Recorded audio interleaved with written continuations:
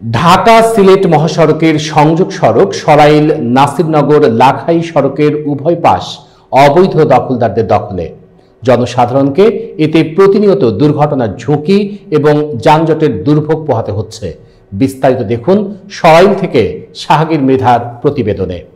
ঢাকা সিলেট মহাসড়কের কুট্টাপাড়া মোড় থেকে সরাইল হয়ে বয়ে গেছে সরাইল নাসিরনগর লাখাই সড়ক, কিন্তু সড়কের উভয় পাশ জুড়ে অবৈধ দখলদারদের দখল চরম আকার ধারণ করেছে।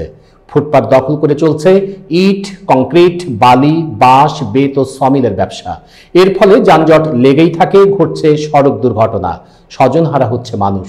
অনুমোদনবিহীন দ্রুতগতির ইট ও মাটি বহনকারী ট্রাক্টর রাস্তায় বাড়িয়ে তুলছে দুর্ঘটনার ঝুঁকি। স্থানীয়রা অভিযোগ করে জানান, দখলদারদের বিরুদ্ধে কার্যকর ব্যবস্থা নিতে প্রশাসনের হস্তক্ষেপ প্রয়োজন।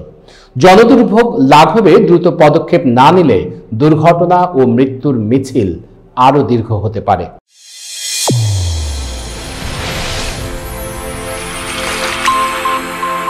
চ্যানেল A1 হৃদয়ের স্পন্দন।